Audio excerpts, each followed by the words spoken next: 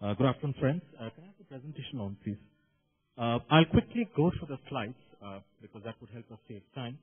A unique organization which runs over 28,000 common service centers or internet kiosks in remote rural, which is almost equal to the total number of internet kiosks that one has seen in Western Europe. And next slide, please. Bridging the digital divide, bringing the gap between the rural citizens and the global village. SAHAJ is an interesting combination. Internet kiosks is an interesting combination of human networks, digital networks, and physical networks. So we are not an NGO. Let me clarify. It's a complete private sector profit organization. We have very stiff bottom lines and top lines.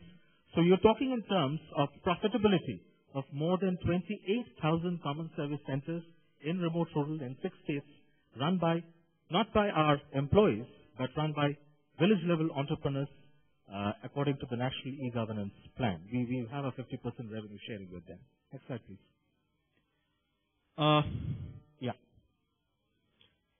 So we are talking of 28,000 common service centers. We are talking of sub-strata 10,000 population, and perhaps all of us know how difficult it is to achieve bottom lines in those kind of locations and those kind of population strata.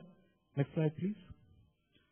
This is the broad, I won't spend much time. All of you would be aware as to how these common service centers work from a data center and how the whole thing works, just to kind of explain.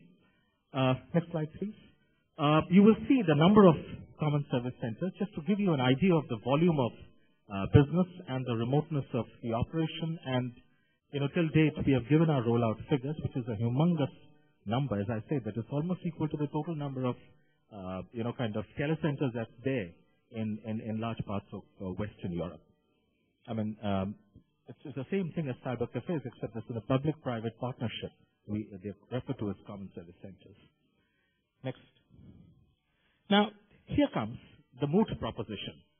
One of the core business areas that we handle is rural research. Again, nothing new, has been happening almost 40 years in India. A lot of social research happens, and SAHAJ happens to partner Nielsen, among other organizations. And here we see a tremendous opportunity for mobile. Next slide, please. If we see that what the CAC does is basically it kind of leverages a two-way communication. This diagram will explain to you how the connect is established between the village and the clients, where there's awareness generation going from client to village, and we get back in the process customer feedback and not just consumer insights. There's a lot of social research that happens in India. In fact, you may be aware of the total 800 crore rural research market of India. Almost 370 crores is rural research, of which typically the kind of research that we would be referring to, and I'm bringing your attention to, is almost about 100 crores. Now, what is interesting is that the total size of this business today is 100 crores, and to my mind, it is not even 1/100th of what it could be if only there could be a mechanism to enable electronic data collection and also kind of leverage it with mobile application.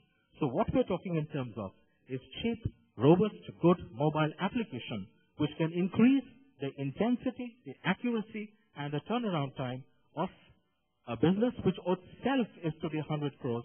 And as I say, that it is possibly not even 1/100th of its total business potential, as we see it at this point of time. Next slide, please. Here is a very simple diagram, kind of how we could use the mobile for data collection, which, as I say, that I don't need to explain to all of you. Today, let's move forward. Now, this is a diagram where we are trying to show as to how, SAHAJ BLEs can use very simple technologies. It could be SMS, it could be anything else, to collect information which does not necessarily need high-end handsets. And that's the point I'm trying to make to this audience present here, that I know that there are a whole lot of applications possibly available today which works on BlackBerry, which works on Android.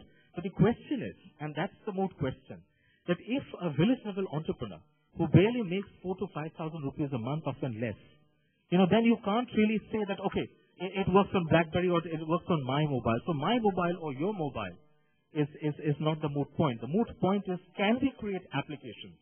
Can we create kind of I would say empowerment, if I were to use that hackneyed word, that can we empower the village level entrepreneur so that with his cheap handset, maybe often a Chinese handset, if I may take the liberty of saying so, can he kind of do, or she, in fact we have 1,200 women entrepreneurs working with us, can they do, kind of remote rural research through this? If it's possible, then the research that we do today for a Nestle or a Reckitt or a Levers, we could take it many, many folds interior. We could provide turnaround times which are much faster, and also the whole question of accuracy. However, there is also an underlying challenge that, as we have seen, that every application comes with its kind of downsides and limitations and things which work and things don't work properly in a certain time period. But the point I'm trying to make is that there is this completely huge market, and I'm not too sure how many of us are looking at this tremendous business opportunity of developing kind of cheap, robust software for rural research. Next slide, please. Here is, kind of a typical diagram to explain, the relationship between the data center, the service provider, and the data collector. In a live scenario, in fact, one could actually give you a demonstration as to how the thing operates. But then, as I said, the issue is not whether it is available or not available. The issue is that can we kind of de-BlackBerryize, can we de-Androidize the whole thing so that it works even on my 1,000 rupees mobile phone? I think that's the challenge. And next slide, please. Just a curious thing, as you may want to know, as to why SAHAJ has taken up rural research in such an important manner, and why am I making this point that if tomorrow I can get kind of applications which are cheap and robust, how I could kind of completely kind of boost the market is because of the deep grassroots presence that we have, because of the innovative technology that one can provide, the database. We have this huge ICT platform, as I said, 29,000 common service centers across 6 states. We are present, if I recall, in 107 districts out of 520 districts that India has. And yes, the last point. We are more cost effective in any case, even in our offline model, because a person doesn't have to move around. The village level entrepreneur belongs to that very village. He lives there, dies there. So, I mean, here's this guy constantly available, even for continuous search. But if even he had the empowerment of cheap technology, and that's what one would expect in the next couple of years, you could kind of do, I think, absolutely path-breaking research and innovation in remote rural in India.